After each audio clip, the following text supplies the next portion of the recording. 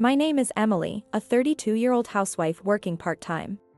My husband, Michael, is 2 years older than me, and we have a daughter, Sophie, who is almost 5. Michael is a manager in the production control department at a clothing manufacturer. After graduating from college, I worked as a teller at a suburban branch of a bank. I met Michael through a mutual friend. He seemed a bit quiet and reserved compared to my sporty nature, making me want to protect him. A year after we started dating, he proposed, we got married, and the following year, our daughter was born. My mother, known for her strong personality, comes from a rural area. It seems I inherited her traits, as I tend to take the lead at home. Now that Sophie has started kindergarten, I work part-time at a nearby supermarket 3 times a week. My parents, after early retirement, gave us their house and moved to a used vacation home near a ski resort. We live in the house they gave us. My father, who started making soba noodles as a hobby, opened a small soba noodles restaurant. The location along the main road brings in decent business. My mother makes crepes with buckwheat flour. And their place has gained a quirky reputation as a restaurant where you can eat handmade soba noodles and delicious crepes. They are living a carefree life. On the other hand, my in-laws, who live about 30 minutes away by car, are problematic. My mother-in-law comes from a prestigious old family, and my father-in-law married into that family. Naturally, she is very dominant and dotes on my husband Michael, who is their heir. Michael, clearly a mama's boy, often goes back to his parents' house. She, wanting a male heir, doesn't care for our daughter Sophie and constantly pressures me to have a son. Even when we visit with Sophie, she says, "Wow, Sophia, you've grown so much." "Grandma, my name is Sophie." "You still don't remember?" "Oh, is that so?" "Well, it doesn't matter. That's why I don't like you, Grandma." Goodness, this child is so rude. "I wonder who she takes after," she says, looking at me with a frown. "She's my child, so she's honest." I say to myself quietly. Because of this, Sophie doesn't warm up to her. My father-in-law, being almost invisible, doesn't interest Sophie either. This constant tension has gradually estranged us from them. Meanwhile, Sophie adores my parents, saying, "I love Grandpa's soba noodles and Grandma's crepes." My mother-in-law still calls my husband Mikey, and they spend most of their time chatting. Michael constantly calls her a mommy. He's such a mama's boy, it gives me chills. When she sees me, she says, "Emily. Our family needs a male heir. A daughter just won't do. Have a son soon." As if I could just pop one out, so I brushed her off. Our neighbor has a grandson. "They're so happy to have a good daughter-in-law," she sighs. "And compared to them, we." She trails off, making it clear she blames me. I don't know if it's an old family or a famous family, but it's too much of an anachronism. My father-in-law, unable to oppose her, just nods along. Despite this, I endure for the sake of my daughter, who I love dearly. But Michael often says, "If only Sophie were a boy." When I ask, "What's wrong with a girl?" he responds, "But mommy says." Then my mother-in-law calls me after hearing about our communication from Michael. "Why are you mistreating Mikey? As a wife, can't you take care of your husband?" I push back against such comments. "Oh, do you take care of your husband?" I haven't heard him speak in a long time. "How dare you? You wicked daughter-in-law. If you mistreat Mikey again, I won't forgive you." "Humph, if I'm wicked, then you're a devil. You should really cut the cord with your son." I was now in a full-blown war with her. One day, my husband came to me with a request. My parents want to go on a trip, and I'd like to help them out a bit financially. He asked me to come up with about $1,000. Where do you think we have that kind of money? You know how much you make, right? Well, yeah. Then you should understand. We want to go on a trip too. I let out my frustration. But, my parents are getting old, soon they won't be able to travel anymore. They want to go while they still can. He pleaded emotionally. Isn't this a way of showing our respect to them? He appealed to my emotions. I get it, but can't they manage with their own money? They bought a lot of travel gear and now don't have enough for the trip itself. Unbelievable. They should have planned better, they are just like you. Don't be so harsh. Don't you feel sorry for them? I don't feel sorry for them at all. Stop trying to play the good guy at our expense. But. No buts. He shrank in front of me as I stand with my arms crossed like a sentinel. Our daughter, watching this, clapped her cute little hands and said, "Mommy, you're so cool." My husband, unable to stand up to his scary mother, called her to tell her he couldn't get the money. Honestly, your wife is useless. If she can't even support her husband's parents, she's not real family. Do something about it. She works part-time. Doesn't she? She should have some savings. The trip is coming up soon, so hurry up. In the end, he secretly withdrew $1,000 from Sophie's savings to avoid his mother's wrath. When I found out, I was furious and stormed over to their house. "Hi, I need to talk to you about the trip." "Oh, what's this all of a sudden?" "Don't play dumb." "What do you mean by asking for money for the trip? Didn't my son give us the money out of filial piety? What's wrong with that?" She was already in full battle mode. "He took the money from our daughter's savings. This is unacceptable, don't you think?" "It doesn't matter. She'll get married and leave eventually, so spending money on her is a waste." "What are you talking about? She's my precious child. Spending money on your child is a parent's duty." She, with a resigned look, said, "Honestly, why did we take you as a daughter-in-law? You haven't even given us a male heir and are of no use to this family. I didn't marry into this family for that. If you want an heir so badly, why don't you have one yourself?" With that, I stormed out of their house. I decided that the $1,000 would come out of my husband's allowance. When they returned from their trip, they called my husband and Sophie over to their house. While I was curious, my mind was preoccupied with planning Sophie's 5th birthday party. It's challenging to plan a birthday party for a child this age. Who to invite? Since Sophie's friends who invited her to their birthday parties, we have to return the favor and invite them. But there's a limit to the number of guests we can have. Then what party food to prepare? We also have to consider the budget and her present. Of course, we are planning a family party in the evening. My brain cells were completely overloaded. My brain is craving sugar. I need to recharge. I ate 3 of my favorite custard puddings and finally came up with a plan. Feeling a bit relieved, my husband and daughter came back from my in-laws' house. But our usually cheerful daughter quietly went to her room and shut herself in. When I asked my husband what was wrong, he replied, "Nothing happened." No way, that can't be true. It's our routine to greet each other cheerfully, matching our always lively daughter. This was the first time it didn't happen. When I went to check on her, I found her quietly crying. "What's wrong?" "Grandma told me I'm not needed, so I had to stay outside the whole time," she sobbed. What? Unbelievable.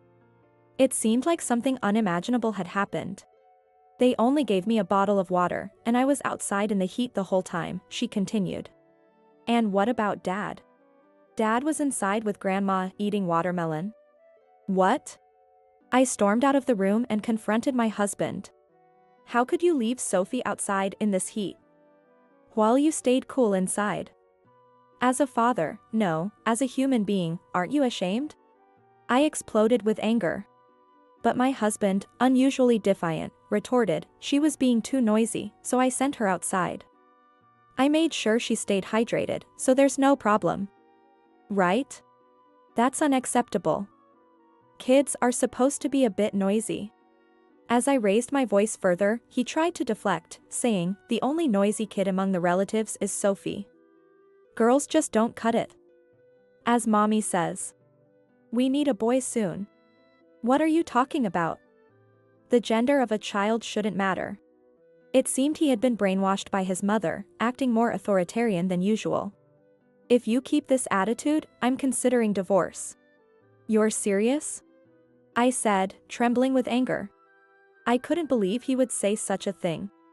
"Mom says I should just divorce a wicked wife like you and find a younger one." Maybe she's right. Fine. I have my plans too. But at least, let's properly celebrate Sophie's upcoming birthday. All right. Let's both cool off and talk later. I realized their true intentions. That night, I didn't have the energy to cook, so Sophie and I went to a nearby family restaurant. My husband said he was going back to his parents' house and drove off again. Later, he called to say he'd be staying with them for a while but would return for Sophie's birthday. I lied to Sophie, saying, "Grandma is sick, so Dad went to take care of her." "Okay," she replied, seemingly trying to be considerate in her own way. I confided everything to my parents. Put her happiness first. If she's happy, you'll be happy too. We're here for you both. You can come here anytime. We'd love to see our granddaughter every day, my father said with a smile. Their house had enough space for us, and moving back wouldn't be an issue. School would be a bit farther, but it was manageable. The natural environment there was outstanding. Maybe we should separate now. The thought of divorce crossed my mind. Then came Sophie's birthday. I had informed my husband of the party time. We planned a party with her friends during the day and a family celebration in the evening. But he didn't show up on time. "Mom, why is Dad late?" "What happened?" "Yeah, Dad is busy, so he might be a bit late." But I thought to myself, this is way too late. An hour past the planned time, I knew something was wrong and called him. "What's going on? Why aren't you back yet?" "Hey, is that you? What's up? Why are you calling this late?" "What do you mean, what's up? You said you'd be home for Sophie's birthday. She's waiting for you without even touching her food." "Oh, it was today, right? Maybe he's a bit drunk. He seems kind of goofy. We're in Australia right now. Mommy wanted to have a luxurious stay at a resort, so we're here for 3 weeks. By the way, Australian wine is surprisingly good." "What? Australia? Are you out of your mind? Did you forget it's Sophie's birthday? Who cares about that? I'm not interested." I could hear my mother-in-law's voice in the background, supporting his outrageous statement. "Who's that? The wicked wife? Ignore her. Tell her we don't need a useless wife who can't give us a boy." Taking her cue, he continued, "I agree. I'm considering divorce and decided to go all out on this trip. We're having a great time. So don't call again." He hung up. I was in shock. Feeling a terrible premonition, I checked the joint savings account. What is this? The balance was zero. Nearly $30,000 had been withdrawn. He used our savings for this trip to Australia with his parents. I collapsed in shock, tears streaming down my face. Sophie, worried, came to me. "Mom, what's wrong? Why are you crying? Where's Dad? Isn't he coming?" "I'm sorry, sweetie. Dad can't come today. He's not coming, but it's okay, because I have you, Mom. I love you so much," she said, hugging me. No, she was comforting me. Crying, I held her tightly.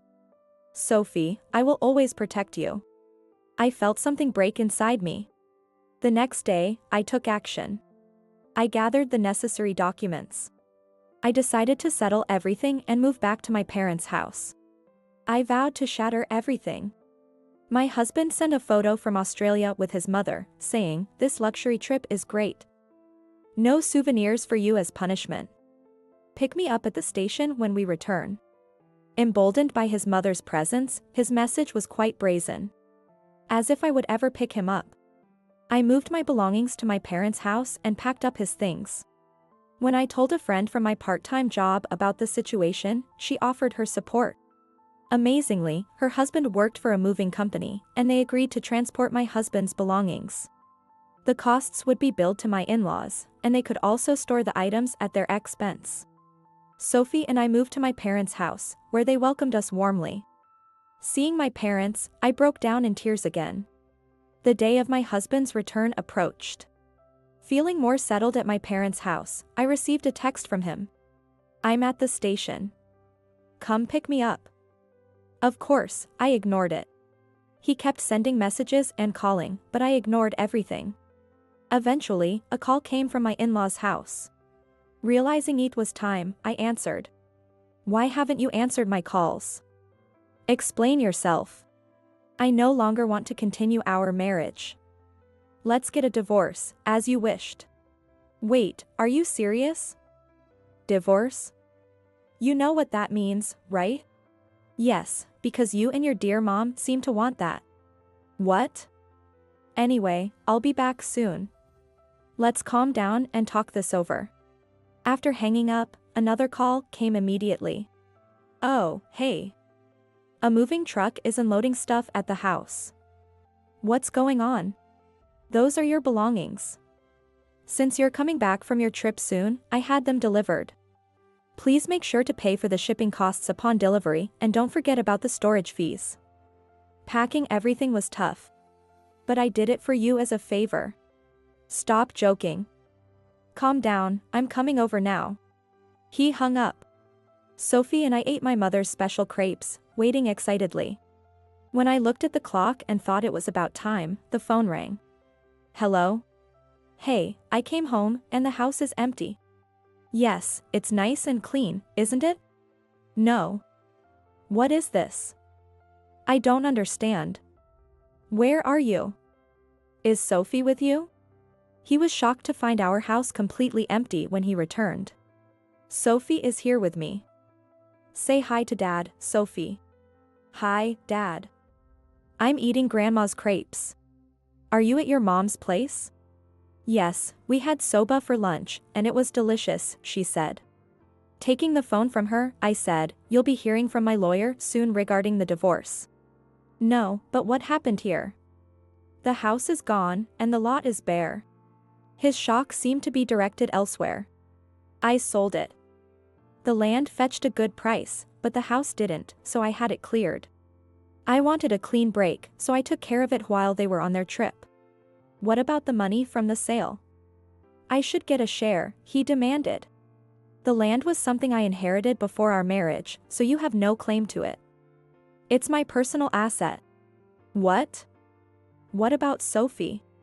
Now it's a matter of custody. You've shown you are unfit to care for her by leaving her outside in the heat. I'll have custody, and you'll pay child support. And we will discuss the matter of the funds you spent with the lawyer. What am I supposed to do now? He asked.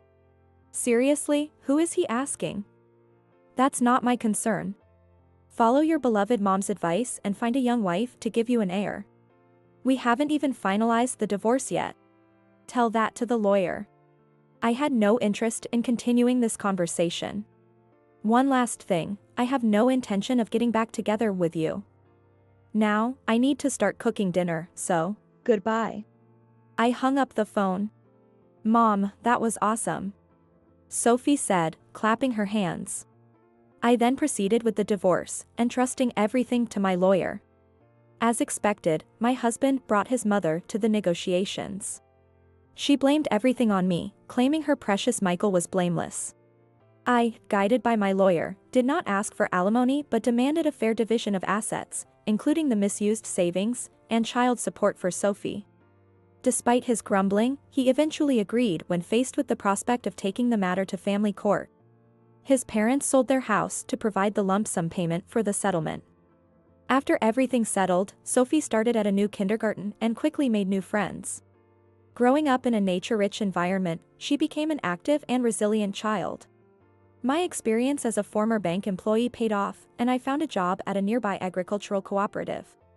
I built friendly relationships with local farmers, often receiving fresh vegetables from them. One day, friends from our old neighborhood visited and updated me on my ex-husband's situation. He followed his mother's advice and was busy trying to find a young woman to remarry. He kept pursuing the young women at his company, but his persistence and creepiness made them all dislike him, and he eventually quit his job. After that, he developed a fear of women and now works part-time at a construction company with only men. His mother still pushes for him to remarry, but given his circumstances, it's highly unlikely he'll find a willing partner. This surely means the end of their prestigious family line. She probably blames it all on me, but I don't care. I started dating a man I met at work, a fellow single parent who works at the agricultural cooperative. Both of us are divorced single parents. Our children are in the same kindergarten class, which brought us closer, and now we are looking towards a future together. I bought a used car. We can't go to Australia, but Sophie and I often drive to nearby mountains and rivers. Her smiles have truly increased since we moved here. I realize my life is dedicated to protecting this smile. Fortunately, my parents are still healthy and working. Together with my new partner, we dream of selling soba, crepes, and fresh, locally produced organic vegetables at the nearby farmers market. Today, Sophie and I drove to the riverside in our old car. The sky above is blue. As I watch her stack pebbles by the stream, I smile and take a deep breath.